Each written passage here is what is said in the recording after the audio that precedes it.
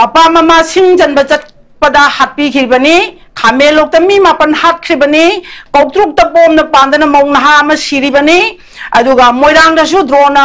mi hat khibani jiri bam da nupi angang taruk hat khibani mayum na chang dana ayuk angan bada mi gi makok ta mana da nomai kapsan da hatok pi khibani aduna khun ngak ba angang chu ching matak ta matok matok pa aga makoi na khong pa na kaudar ka bido laibak miang kau bi ganu si khaba mi singse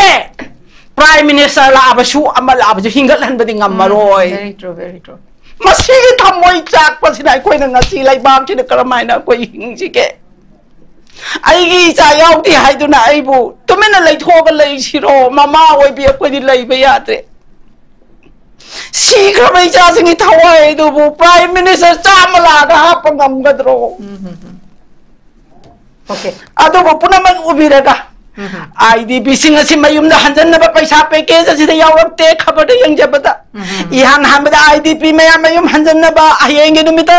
madugi warwai sin pu birang na ba hona biramo ado ko lambi chat pa yad ba mai gai khuding maga se Prime Minister na hangbok piramo adu natragadi icha mayam se khoi na karam na control tawgani hai ba se khoi pakhat chai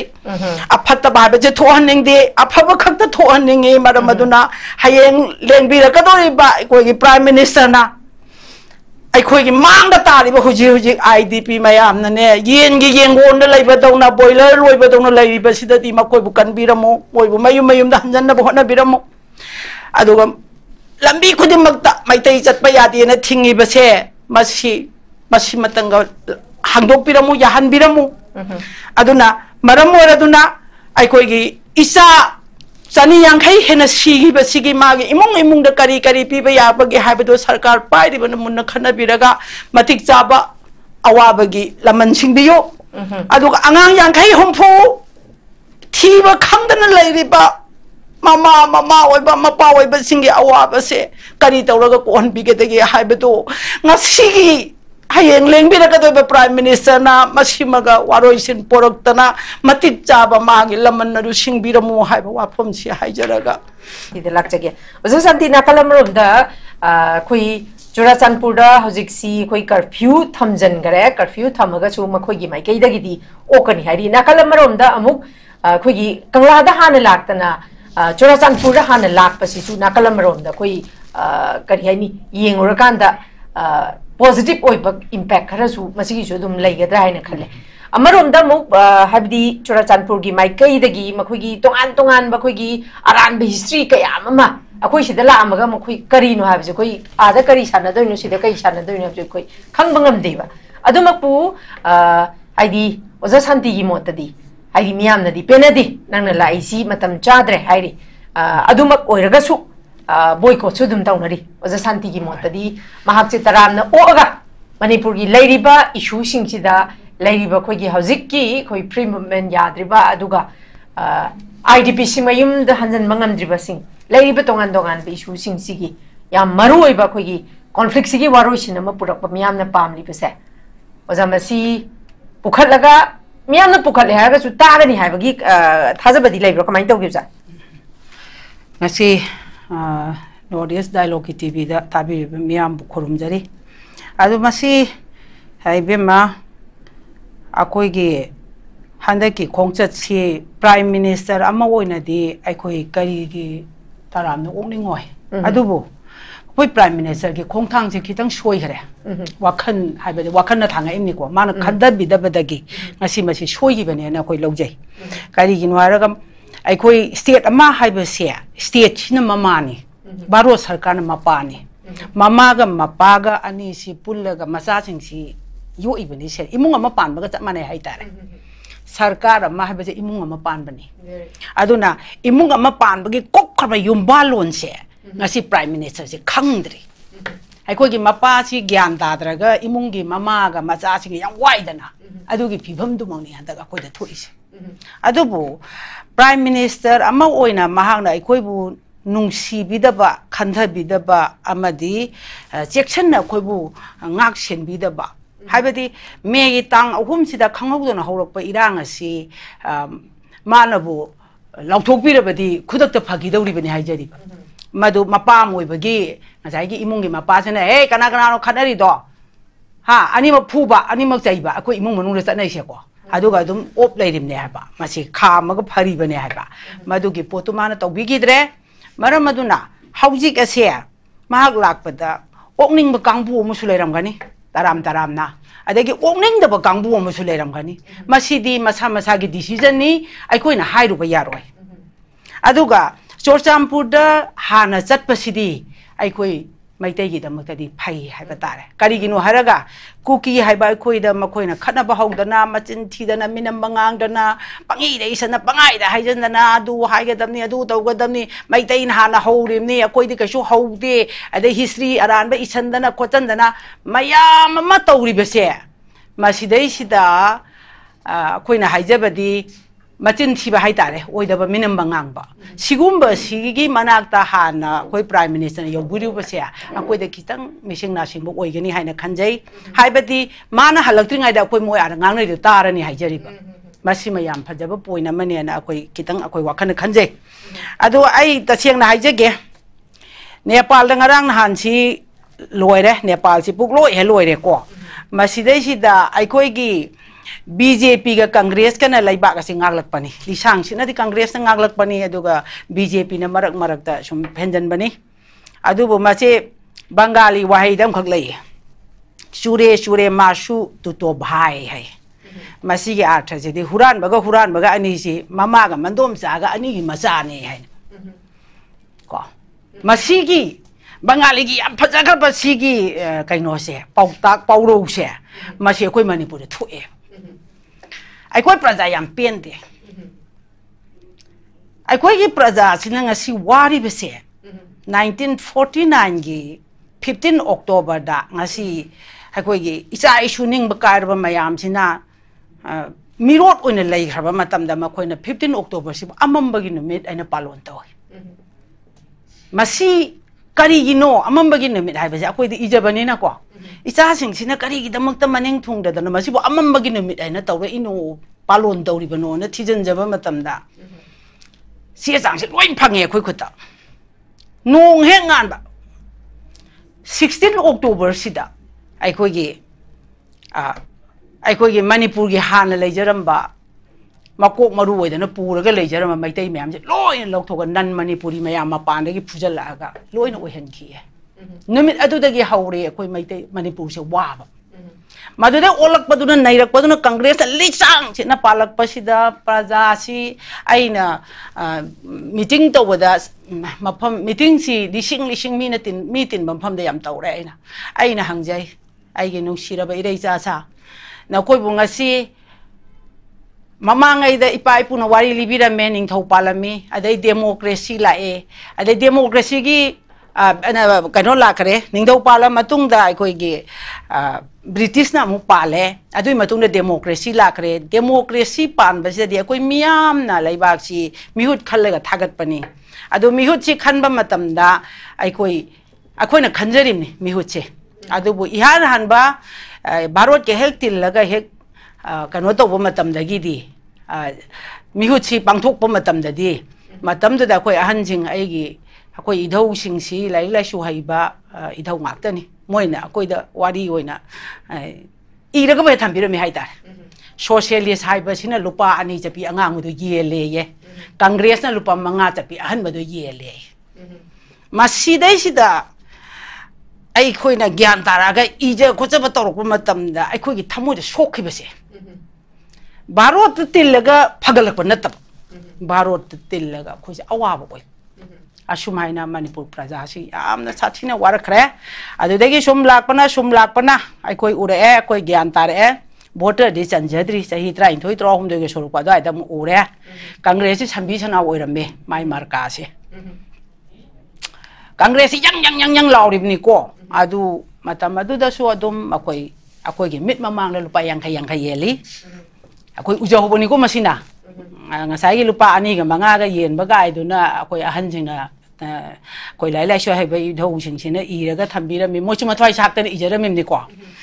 adumai tawraga tawbasida akoi na ujabana lupa yang khai dagi haure ubase chumaina akoi gi Manipur praja si yamna ahong ba maman paisa na leiba yaba hai betul. Ada ai koi hek mamang thakta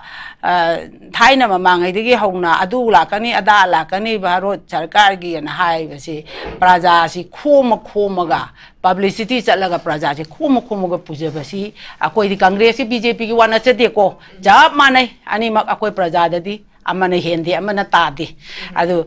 mi khomba gari gi bhara akoi pini la o adagi paisa ye ni la o adu tawni ada da pije ga ni pithakani kai na ai khoi si adu bu aina Manipur gi irei cha mayam da aina haijening bade asine ai khoi si mi ni ishorna taibang pan si semi ba ji ba pan da mayam masidagi taibang mioi bana kwai da gi hena loksing leiba amoi na khoi si sem bane adu bu ai khoi gi loksing do kadai da chat khragi hai ba mi na paisa pi ra ai bu no mo leiba ya brai mi ai ba paisa ka ya pi ra lei doi no hai ba masi kari gi no hai ga mioi ba hai ba ai khoi se masi na ne isa gi warep lo ba ngam da ai gi thamoi se masi na warep lo ba ngam dre ai na warep lo ba ngam dre ai bu kana lei doi no ne ai bu kana nang ada chatlu nang ada phamu nang ada lepu hai ju kana na hai ga ya doi no mi masi isa gi decision lo ba ngam da bai ne ngasi Manipur da kuki ya ba refugee awam rak refugee gi phanse piram ma ba si kuma refugee na ba gi prop det lai ba sing sina ai khoi bu long ma pu na yong na tan ba long ma pu yong na tan ba hai ba du adu mang ne ba moin handa khoi da taw rai se madu da Bharat sarkar na kai dau khra ba Bharat sarkar na shu hai ba agreement na do pithoga shu gi agreement do pithoga shu do gi mating na ma khoi na madu da taw rai ba sai thieng adu bu punsi da karaba matam na khoi kaw bu ya ga doi no bo wari di kaw gi ba yai adu bo akhoi de ai bi ne na document do amat to watan one by one i ra ga khoi tham jai isa issue shoron jaron phawa madu loksing oina bai da khoi jection na tham jai phong do ong da ri bani lai bang miam gi damak ta aduga atopa taibang mioi bana tari ba maliam gi pak khra ba phambak chaw khra ba sida shu ai khoi magi language da phong na ba gi damak ta sem sajari choi da na phong an masi a khoi gi thamoi kai khra ba asi yong na thamoi kai khra ba ai khoi sina ai khoi gi ipa Narendra Modi si lak pa da matam khitang sa ki da bana prime minister na waro bi be ya de lak pining da ba ok pining da ba amadi opening ba kayamarum thok na khaidok lagani maram maduna prime minister gi ashoiba wakhan ashoiba khongthang aduna ngasigi mami ase tarapani haina thamjaningi aduga aikhoi ngarang nahangi aise marakta sum khaga thatle ko bem subai dawdana akoi gi praja miyam na kaubiroi da ba ai message amtang ai miyam da hajege kaukthok pi ganu ningsing biu ai khoi maitai si am kaugali 1965 ta taklang khongchat ta isa mayam sina sieng piu sak lame haidana kholau kaya law ga lakpa matam da pi gani haidana matam du gi chief minister amari governor na khombiram mabadi angang mayam du kaishu hana suna ba tawroi tumin hanjagini pi gani hairen mapa mama da demand tong jabani haijari ba adubu nongmai maru na pije da mi mari hat khiba matam do adu congress ti maru phang mutat ka da bani matam da take ai khoi na wakhan khan bangam da ba ai khoi na taning ta na wakhan khan da bangam da ba mi oi abo oi ba da ge ngasi khoi sumai wa ki ba maram aduna yamna kauk thokali ai khoi se BJP na sumi hatli koi icha kaya masing khang hat kare maram aduna ai khoi icha hat pa national party me am se lai mai de mutat pa hai ba se ai khoi me am gi are pa phire oi mina se hai dan ai irei cha me am na pham dai kok no na khurum jari kauk thok pi gan ning sing biyo okay oza maram dang thachage oza na khoi gi hari ba khoi gi national party ani khoi gi Congress na sang shit na pale Congress ki su asoi ba leita badi nati o Congress ki su asoi ba mayam le madudagi mu Congress e pele haidana miyam na mu miyam gi mandate BJP da pi dana BJP na mu pale ko ado hojik si kari haini अखोई C option लेते बगी मवोंग अमदा BJP अमुक इंथुबा कांग्रेस अमुक काबा कांग्रेस अमुक इंथुबा BJP अमुक काबा सिनेबा अदुबु हजिक थंबिरिबा वारोल मयाम सिगी मतुंग इनदि अखोई इसागी India दगी हाना अखोई इसासी कइनो ओइना लेजब लमदम मखम अदुबु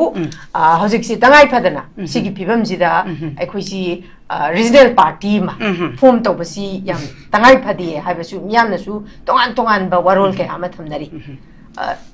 तेंतंगना थंबियो high याम चुमबनी अखोइबु ताइबंग मी अमा ओरगा मिखा पोना पोना 1949 दगी ngasi बावबा चाही क्या सोरे 70 80 सुरा मनि को मसी बोय कोइ मिनाइ नै थांग दङ कोइना नन मणिपुरी मयाम नै इसम सम हारगा मैते कोइ बु नुंसी बिद्रे जे कोइ प्रूफ थांगब नत्रो अदु ओरगा दे कोइ कै दगनी अखोइ जो इथन द सुजगनी नोमजगनी इबुक थन चागनी इसेदनब फी इसारा सेमजगनी लैनब यम इसारा सेमजगनी अखोइ हाना इपा इपु सदु महिंग को नत्रो इपा इपू दुगी ई दो अखोइ द लैरी हैबा अदुगी ई दो अखोइ द सीली हैबा ngasi अखोइ इसादा मसिना अखोइ से मदुना मरम ओरगा ngasi manipur da lैरिबा ngasi अखोइ Meitei एसिबु हानबसु तपबसु हन्ना यंबिद्रबा अखोइबु मसी कांग्रेस की बीजेपी की वाना थे को ममांग तकतसु कांग्रेस ना पालिंगे मतमदा चाही त्रामा पांबे मतमदा इचा लिसिंग ग्यानो हालिसे कोर्ट दा लिसिंग अनेगी मयाद केस लई हैबा अखोइ खंगे हैबा बीजेपी ने कया लो हालिसे हौजिक हालिसे असिगो म इचा हालब मोइसिबो कोइना करिय कोइ लैमा जे थमम दोपगे अखोइ सु मीनी हैबे दो कोइ उल्लसे हैबा हौजिकती मणिपुर के इरै चा खुजु मंगना हौजे आई अब नोकनिंगे नाजे कांग्रेस संगिमनि गाना मोइ अहुम ग चंगपु आई अब नोकनिंगे बको मसिदि मोइसि मैतै ई सेंग मरोन आई थमोइना खंजैबा असिगुम्बा तुंगी फिरेप खंदबा मीना इथक्त नेलबसु अकोइजे अयोयोना दुं खांग लैदौरि ब्राइबा मीना मी हौजिबु तौरिबा लीला मयाम सिनिने एक अकोइना ज्ञान हे तारपदे ngasi बाबा बोत बा पैसा येन बसिबु लोन याब्राइबा बोत मसल पावर मणिपुर तौरि मे सिबु लोन याब्राइ मी मदुदगिदि अकोइ प्रजा मयाम सिबु मोइना कैथेन दै योनबा ngari ngatai phabo akang badong मोइना खल्ल माने ने अदगिदि अमो थबक एक पाइबा अमर एक पाइ हिबगा अतै अमत तौरोय हेक त कर्मचारी अंगांग नुबी होजे अंगांग तत्तन मांगे दना मणिपुर की युद्ध में हम तत्तन मांगे दना युद्ध मांग अमिन होजे मणिपुर सी अफबदि सोय ओइररोय हैब अदुना नेपाल लाइब इहौसे खोय यामना उबदि किजै आइगी मणिपुर मसी थोन जनिंगदे अदुना इचा युद्ध सिंगजो खोयना हाइजरी मसी उरबसुना खोय मतौ तंगबनु इचा सा मी हाप युम मै थाबा हाइबसे कुकी न हंदक तोजे मोय बकोना साने न चाइरिसे दुगिनी ने नखोय अदुददि तौबिगनु मणिपुर हाइबा इमा लैबाक से नुंसीग्रबा कोई पोखफमनी कोई हिंगबमनी अखोय सिबमनी नुंसीग्रबा इमा लैबाक से कोई म्याम इमा इचा कोई म्याम खनरगा करी तौसिगे कोई खनसी अदुगा आइना कौबिगनु हाइना ngасai आइना हाइजबसे मपा ममा सिंजनबा चटपदा हापीखिबनी खामेलोक मी मापन हाख्रिबनी कौत्रुक तपोम न पांदन मौनहा म सिरिबनी अदुगा मोइरांग दसु ड्रोन मी हाख्रिबनी जिरी बामद नुपी अंगांग तरुक हाख्रिबनी मयुम न चंगदना अयुक अंगन बदा मी की मकोक त मना द नोमै कापसन द हातोक पिख्रिबनी अदुना खुनगाक पा अंगांग सो चिंग मथक त मतक मतक पा अगा मकोन खोंगपा न कौदर के बिदो लैबाक मियां कौबिगनु सीखब मी सिंगसे प्राइम मिनिस्टर लाबसु अमल लाबसु हिंगलहनबदि ngमरोय very true मसी थमोय चाक पसिना कोइना ngasi लाइबाक सिन करमाइना कोइ हिंगसिके आइगी चा याउदि हाइदुना आइबु तुमेना लैथोग लैसिरो ममा ओइबि कोइदि लैबे यात्रे सीखबै चा सिंगि थवाय दुबु प्राइम मिनिस्टर चामला गा हाप ngमगद्रो ओके अदुबु पुनमक उबिरगा IDP सिंह असि मयुम दा हंजन पैसा पैकेज असि दा यावरते खबर यंजबदा इहान हमदा IDP मया मयुम हंजन बा हयेंगे नुमित मदुगी वारवै सिन पुबिरंग न बहोना बिरमो अदुग लंबी चटप याद्रब माइगै खुदिक मगसे प्राइम मिनिस्टर न हांगदोक पिरमो अदु नत्रगदि इचा मयाम से खोइन करम न कंट्रोल तौगनी हाइबसे खोइ पाखतचै अफत बाबजे थोहनिंगदे अफब खक्त थोहनिंगे मरम मदुना हयेंग लेंबिरकदोरि बा कोइ प्राइम मिनिस्टर ना अखोई मांग तारीब हुजी हुजी IDP मयाम ने येंगी येंगोन लैबदौना बॉयलर लोइबदौना लैरिबसिददि मखोइबु कनबिरमो मोइबु मयुम मयुम दा हंजन ब होना बिरमो अदुगा lambi khudimmakta maitai chatpa yadena thingibase masi matanga hangdokpiramu yahanbiramu aduna maram oraduna aikoigi isa chani yankhai hena sigibasigi magi imung da kari piba yabagi haibado sarkar pairibana munna khanabiraga matik chaba awabagi laman singbiyo aduga angang yankhai humfu thiba khangdana lairiba mama oiba mapa oiba singi awabase kari tawraga kon bigedagi haibado ngasigi hayeng lengbiraga doiba prime minister na masimaga waroisin poroktana matik chaba magi laman naru singbiramu haiba wapom si haijaraga ai loisanjari thagachari yamna emotional oiba dugumba makhangni khoi yoja su dumak mamani ai su imani khoi mapa ngaktani se lerise mapa singna icha kaina ba ki maishasi haidi icha da gi hen balai banate masigi chaina si ai de thokte haidana thoiba family singda chap chana asi bhakchang phangaga magi tawam thokpa mathau mangam tawrgadi kharamaksu hek phagadaba asi bhakchang ju phangdaba halakhigadra haidana ningjing mangjing leiramgadori bani kayam warangani mapa singduna yam nuai taba kaino makhakni aduma pu khoi makha jathaja boina za ina thamjani wafamdi ngasagi hayeng si lakadorbanina akhoina miyamna pambadi karigumba ma laambagi khoida haidi conflict se hayeng mak ai lae noi yasenaro loisenaro habidumakti matam khara khajikti dum changani habji miyamna khangdana leirabani adumakpu miyamna karigumba kharadi expect tawai mamonda habidi masila amakanda lairiba khoigi miyam singsida civil society organization bu oiro koi duga khoigi ruling gi BJP gi maikai dagi lairiba manipur gi issue sida mahakna chapchana masigi chapchaba solution ama puthorak na bagi dangta road map ama chapchana pibi basineba miyamna pamise masigi damakta as a columni samoina aidi uzana khangja bozagi experience ai tare akhoigi lairiba akhoigi BJP gi MLA sing khoigi lairiba manipur gi miyoi sing amadi akhoigi civil society sing da matam su am tele pung si khoi hayeng lakadoiba mana lakadoiba visit tawdoiba matam si ju am tele ba tiengraba mikup si da kadai bo yongna khoi akoina pam ba pandam ji yogadori bano habisu khangde sig matang da miyam da kari message akoi at least khara da oisu hai ba gano se phangna ba gidam ta message khara ten tak nong tang pibio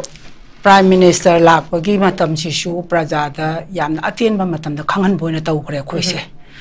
ado masi su kitang akogi shortage oi ba akogi asoi ba madi oiri bani ado bo akogi BJP hauji BJP sarkar ada su paliba sida su paliba ado BJP gi sarkar sina aikoi mangon pisanaba memorandum na chingba kai ga che chang mayam ma yai phanaba gi dom na semang mani thajai ado ga CSO sing leiba mayam si su dum masi mayam da koi gi leibak si ing na pana na ba santi lang na ba tangdu leita na ba dum lambi mayam ma semang mani na koi khanjai masi che chang si PB kharaga manipur da chalure haraga aikoi na pijari ba che chang congress na su semang gani haibadi moi su kaino ni na ko opposition haijaba wani akoi panminari bani leibangak minari bani haijari ba aduna piri ba memorandum mayam se aina haijabadi mioi bi wakhan na hingbani na aina prime minister sina ayolaga phajana set am tawraga pabiraga masi bu kadai bangno na mapok taina mamai bok pabiraga sop tawbirabadi phai tawbiraktrabadi aikoi pirubagi kanaba phangoi maramaduna masi akoi hai akoi nau tomcha evoke na jo hai bire kangla gi laifam lenda tawgodoi ba thabak ni haina su yamna isor thajaba taibang sembi ba mapu bu yamna noluk jaba loina na hai basina akoi gi prime minister lakpi ga do basigi thamoi sida changyera ga madugi manipur gi solution afabe je porok po oison on haijaninge aduga ngasi gi platform sida aroi basu aina oramani adai sentence ga da pajamiam da haijege pajamiam ai nu sijaba irai chang aktani aina asumna ningsing janing bani mayam da ai kaino tokjabadi nate takjabadi nachadi hai tare adu aina haijamari paisa haiba paisa se ai koi hingbadadi changbani adu ijat amadi ai koi thamdaba yadi mioi ba mo na adu ga ne aina amuk isilino ima isa ai nupi oi bi ekhoi mayam sida ne he na aina section na sina jani ba wafam amana ngasi ne ai koina Prime Minister lakane mamangai dai ni ko handa ki wana te ko handa ki di ujade ko mamangai dai hona Prime Minister lakane ya du lakane ya praja me am je kho mo dai paisa do pi ro adu tawro na tawbasibu Prime Minister lak pa matam na tabada isa gi maming chan la ba yang wa ba mama obi di yang wide na ko isa na phri ong khong go le bi ko sa wide na larik lai bi yu hai ba mapa da di hai de mama da da hai ba ni adui matam da di MLA gumba Chief Minister gumba Gumba, adagi like I lay by Kogi Kendri, Emily Gumbanaga, Lupa Tamali, Singa, Yum the Tilapa Yaubro. Massima Yamuna Cantabu. Adagi Amanamo Amubu bought a caraba, Miam the Karim the Kangdana later, may I Masi. Bought a Mubuka, was a pension Pangebo. I was a Lupala Amorum Pangamanekali. Now it is 70 Pangani, I say Taram, Kimamanga, or the Lampangamani. Masi family pension. For example, my Mapuro Beduna MLA or a mayor, Mantri or a mayor, they might be no from doing Hajariba. Are they mind a piece in a move, Maggie Masan, Pida Mayumaka Panja, the Bakwa, Marabakti, by Henry could be a man from doing Hajariba. Masi Pange, the Nangasi Handaki, Waraba, Sahi, Ani Makai. Mayasi, Ware, Manipur Prazasi, other like I can Marak to the MLA, like I got to the Maira Baby Maya Mamadi, Kogi, Angangsing, Masida relief came with Tinaba corner, but Yam Wakare, Akui, like I Angangsing Maunas, and Akui Yum de Sienkeloni, and happy over luck and happy Hiba. By Shakaina, by Matung, the Shakai was a guide of Niquangangsing here. At the Managa Toki, I do but do the moising to Naga. I question Hawaii, Napabung, do lading either bought Kahan, but don't know me. I'm a Kahan that I could pension Pangjeri, Selupa Lagama City announcing it to the cut and never know the Hapcher again and Hapaki Yawro. Pension Bang in Nico, Kapu Kagrati. My family pension at the mark the Panaga Siraga Loiva Nataba. Sigumba Mayama Kogi, I don't be the Prazasita. Prazasiti in Ocean either. A quite a cousin Pamangre or Singzi go.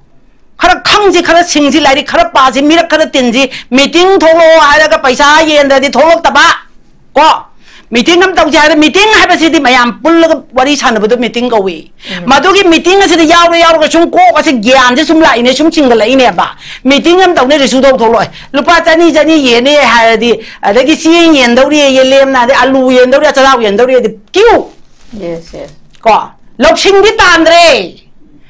Kogi Pota Yen, but the Pampan, the Pamla, the Popokamai, the Loxing Quaimarudi, Loxing Samu Paduini, Isayokaduni, Yum Panduini, Ipu, Inembo, Iko Bokana, Inaunupa, Inaunupi, Punamak, Asiwaini Yana, but Tapangam, Nupi, Luxmi, the Panaba. Adumakatu Karina, no, the Loxing. Nupi Paradimon, Mara, Nupi Patamon Puntoy. Nupa Patapadine, Amorum, the Harpa, Nupi, the Patapas, the Louis Vazanico. Adugare Nupa, so me Patra, the Imum Nupi, Besondare, Nupi Patra, Nupa Besondare. Aduna Nupi, Nupagasi Yamlui, Adubu Nupi, Akona Kitang Cheksanji, Kitang Kupsanji, Isa Shumayam, Tada, Naudazi, Patana, Akona Yok Naba, Sarka, Paibi, Besina Sutamo, Shenbio, Lumai the Hap, the Karmazari, Yonba, Ina Kunman Laiba, Lara, Labang, Amdaba, Lara, Mazami, Nuzikari, Sare, Manipursa. No put a Mangalena throw, Sarka, Piper, no Mamna. As a Sarka, Pai, Bessim, in a say, and a Waru Bigano. I had Mama Moina, Uzeri Mayamjani, how you may Anna Pasaga Sari below River Mamdo. I want to meet Sunny, but the Wadi Sarale. I want the Lapu Logre, Contra Logre, Yanka Logre, Hundra Logre, Loy Kangai, Mamina con Lisway Ayum. I want the Lola A. It's a Machicamai don't need. I could have a pang here upon a road Ramoy Heidi. It's a Machico hit up a Sati Maga do it all. It's a proportion the woman who can punch him, they got hunger in me. I know it have a ma'am, I know why she's hardly have a go. I look up really ma'am, no, the carrido below you to A, in going on to A. I think one thing the dinner, Mamma and Matane, Mapa full of serum in a tapa happy in a lobraga, happy of the game, Papa Matana she Mapa Moxie, Mamma Moxie, Wanging that, Wanging Bazar, Hotel Hamaking by Mooney. God, Masigi Pap, Masigi Dos, Masigi punishment, Pang than a Lakoi, talk on go. 이마 레박시데 노이는 떠우리 매암제 거의 탐모시 짜이고 슈마이나 떠비 하우나 브로 미워이번에 힘으세 레이나 바 요마마 셋나 바 피카라 짜나 바 진자 카라 레이가 로이레 까림다 뿌드나 라파 뿐시니 하이엔 꾸마로 닦여도 있냐 거기 마시나 아로이바 이게 와팜네 하이도나 이 미양의 마팜다 이 노룩자리 쇼이기 여수가 비유 이 벤다버니나 이 탐모이 아작버도 플랫폼 시다 폼독자로 오케이. 타가체로자